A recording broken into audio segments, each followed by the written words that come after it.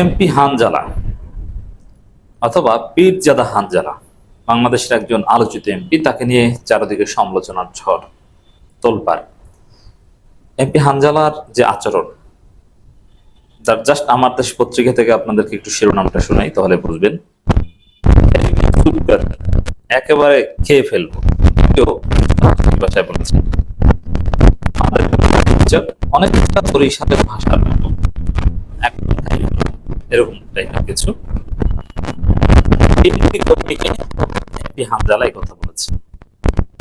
এর দুইটা দিক, একটা দিক হচ্ছে মানুষ অনেকেই খুশি যে না বিএনপি কর্মীকে এমপি ধোলাই দিয়েছেন, বিএনপিকে মানুষ দেখতে পারে না।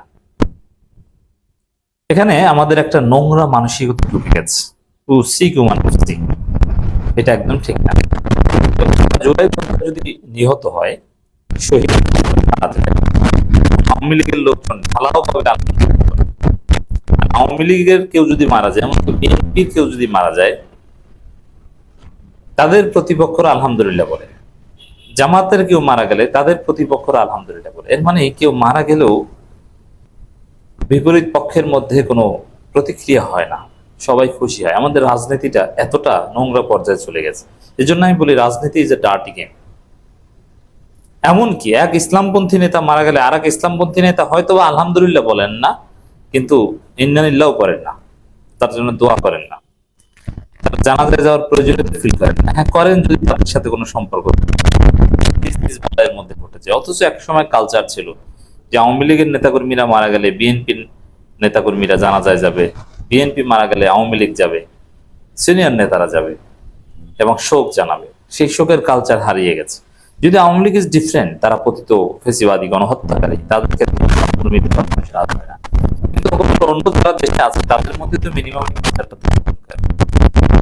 এখন যারা এমপি হানজালা বিএনপি কর্মীকে ফাঁসিয়েছেন এর জন্য খুশি, এটা ঠিক। বিএনপি সবাই খুশি না। এমপি হানজালার আচরণটা কেমন ছিল? তিনি হঠাৎ করে দাঁড়িয়ে গেছেন এবং টেবিল চাপড়ে, মানে টেবিলে বারবার থাপ্পড় দিচ্ছেন জোরে। নিঃসন্দেহে তার হাতে ব্যথা পাওয়ার মতো একটা কথা। কাউন্টার দিলে আমি দিব, আপনি চুপ করেন, একদম খেয়ে ফেলবো। মানে যে আচরণটা করেছেন, আপনারা যদি ভিডিও দেখে থাকেন, এবং ভিডিও রেকর্ড করতে নিষেধ করা হয়েছিল, যদিও যেভাবে হোক একটা অংশ রেকর্ড করা হয়েছিল, যে অংশ রেকর্ড করা হয়নি তাতে হয়তো আরো আপত্তিকর কিছু আছে। এটা কোনো আলেমের কাছ থেকে এই ধরনের আচরণ কাম্য নয়। এটা কোনো জনপ্রতিনিধির আচরণ হতে পারে না, এটা কোনো সভ্য আচরণ হতে পারে না, এটা কোনো ভদ্র স্মার্ট ডিসেন্ট আচরণ হতে পারে না। একটু নিরপেক্ষভাবে চিন্তা করে দেখেন। কারণ ঘটনাটাকে আমি খোঁজ নেওয়ার চেষ্টা করেছি, এবং যেসব নিউজ পেপার মিথ্যা লেখে না, মিডিয়াগুলো ট্রায়াল করে, ফাঁসায়, কিন্তু কিছু কিছু মিডিয়া আছে যারা আলেমুল আমাদের সম্পর্কে রিপোর্ট করার ক্ষেত্রে একটু ভাবে। যেমন আমার দেশ, আমার দেশের রিপোর্টটা পড়েন। এখানে এক মাস আগের একটা ঘটনা সালিশি করতে গিয়েছেন এমপি হানজালা। তারপরে তিনি একতরফাভাবে বিস্তারিত না শুনে রায় দেওয়ার চেষ্টা করেছেন। সেখানে উপস্থিত জনতা বা বিএনপির লোকজন তাকে শুনতে বলেছিল, কিন্তু তিনি শুনতে চাচ্ছিলেন না। তাই পাশ থেকে কেউ একজন বিএনপি কর্মী কথা বলছিল, তিনি উত্তেজিত হয়ে গেছেন। তিনি কথা বলবেন কেন? এই যে একতরফা রায় দেওয়ার চেষ্টা, কথা না শুনে রায় দেওয়ার চেষ্টা, এটা কি ইনসাফ? দর্শক, এই ঘটনা শুধু এখন না, তিনি উদ্ভট কথা আগেও বলেছেন, যেমন বিএনপিকে নির্মূল করে দিবেন তিনি চাইলে, এই সেই, মানে তার কথাবার্তার মধ্যে একটা বেপরোয়া ভাব। আমি এই হানজালাকে চিনি না ব্যক্তিগতভাবে, তার সাথে আমার কোনো পরিচয় নেই, তবে তার সাথে আমার দেখা হয়েছে, একবার দেখা হয়েছে, সালাম বিনিময় করেছি। চেহারায় কথাবার্তায় যথেষ্ট স্মার্ট মনে হয়েছে, কিন্তু রাজনৈতিক দূরদর্শিতায় তিনি স্মার্ট নন। তো এখানে একটা সাইকোলজি আছে, এখানে একটা রিয়ালিটি আছে, এটা একটা পলিটিক্যাল ইম্প্যাক্ট আছে তার যে আচরণ।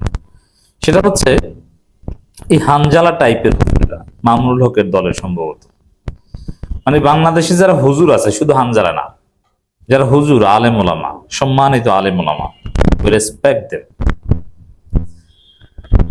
তারা যদি বাংলাদেশে ক্ষমতায় আসে, দোজ হু আর নট জামাত, জামাতের যারা এমপি হয় তারা কিন্তু হুজুর, এই যে জামাতের 68 জন এমপির মধ্যে আপনি হুজুর বলতে যা বোঝায়, ট্র্যাডিশনাল আলেম বলতে যা বোঝায়, এরকম আপনি পাবেন না। দুই একজন পেতে পারেন, কিন্তু আলেম অনেকে নির্বাচন করেছিল, তারা কিন্তু হতে পারেনি। জামাতের সবার মাথায় দাড়ি টুপি, বাট আলেম, ট্র্যাডিশনাল আলেম আমির হামজা, ট্র্যাডিশনাল আলেম রংপুরের মাওলানা নুরুল আমিন, এরকম অল্প দুই একজন পেতে পারেন, বাট পার্সেন্টেজ অত্যন্ত কম। জামাতের এমপিও জেনারেল শিক্ষিত লোকজন, ব্যারিস্টার মাহবুব সালেহী, ডাক্তার, ইঞ্জিনিয়ার মার্দিয়া মমতাজ ইত্যাদি ইত্যাদি। তো দর্শক, নন জামাত হুজুর যারা ট্র্যাডিশনাল আলেম, এই হানজালা টাইপের, মামুনুল হক টাইপের, এরা যদি ক্ষমতায় আসে, বাংলাদেশের অবস্থা কিরকম হবে? আমার অবজারভেশন যে এই হুজুররা তারা ইসলামপন্থী আলেম, তারা ইসলামের মতে, এখন তাদের ইসলামের মত কেমন এটার যদি কোনো মডেল ধরেন, হয়তো বা তালেবান, তারা ওইভাবে দেশ চালাতে সক্ষম বলে আমি মনে করি। আমি কিন্তু তাদের দোষ দিচ্ছি না, পাল্টা গালি দিয়ে না। এখন হুজুরদের, আলেমুল আমাদের সমালোচনা করার ক্ষেত্রে আমি হাজারবার ভাববো, কারণ তাদেরকে সমালোচনা করে এটা হজম করা যায় না। আওয়ামী লীগ, বিএনপি, অন্যদের সমালোচনা করা যায়। এখন আমি বলছি যে তারা ভালো, তারা দেশ চালাতে পারবেন তালেবানি স্টাইলে। ট্র্যাডিশনাল হুজুরদের সাইকোলজি অনেকটা এরকম, কিন্তু গণতান্ত্রিক যে পদ্ধতি, যেখানে সহনশীলতা থাকতে হয়, যেখানে পিসফুল কোএক্সিস্টেন্স থাকতে হয়, সবাইকে নিয়ে চলতে হয়, এবং নানান সময় ধাক্কাধাক্কি করে, সারাদিন ধাক্কাধাক্কি করে, রাতে একসাথে ঘুমাতে হয়, এক টেবিলে বসে ডিনার করতে হয়, মানে এই যে উদারতা, লিবারাল ডেমোক্রেসি, যেটা বাংলাদেশের ক্ষমতার অন্যতম মানদণ্ড, নইলে আপনাকে ফেসিস্ট হতে হবে। আর তালেবানি স্টাইল সেটা ভিন্ন কথা, সেটা আমি বলছি না যে তালেবানি স্টাইল খারাপ বা ইত্যাদি ইত্যাদি, ইসলাম সাপোর্ট করলে সেটা জায়েজ, কিন্তু আমি রিয়ালিটির কথা বলছি, এটা তাদের পক্ষে সম্ভব নয়। আমাদের দেশের ট্র্যাডিশন হুজুররা ক্ষমতা হজম করতে পারবেন না, ক্ষমতা তাদেরকে বেপরোয়া করে ফেলে। এই যে হানজালার আচার আচরণ দেখেন, তারা এরকমই, তারা মনে করেন যে ক্ষমতা পেলেই বিশাল কিছু মনে করেন, কিন্তু আরো নানান ক্ষমতাসীন বিভিন্ন স্টেক হোল্ডারদের সাথে আলাপ আলোচনা করে চলা, এটা তাদের পক্ষে সম্ভব নয়। এটা হচ্ছে এই হানজালার আচরণের একটা ফলাফল। আল্লামা মামুনুল হককে নিয়ে তীব্র বিতর্ক হচ্ছে, হানজালার নেতাকে নিয়ে।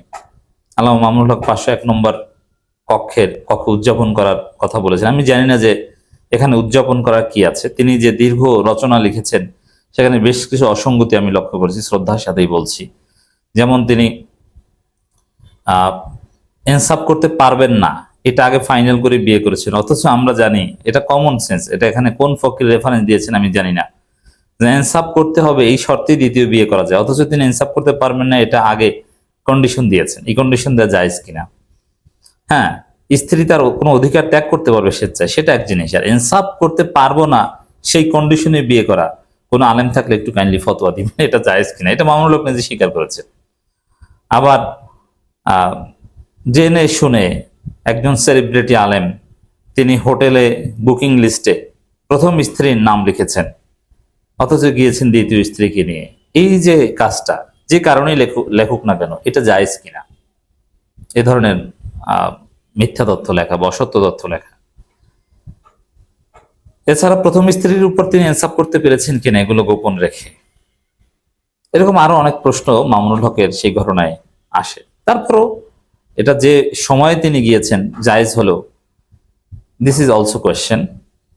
এটা উদযাপন করার তো কিছু আমি দেখি না।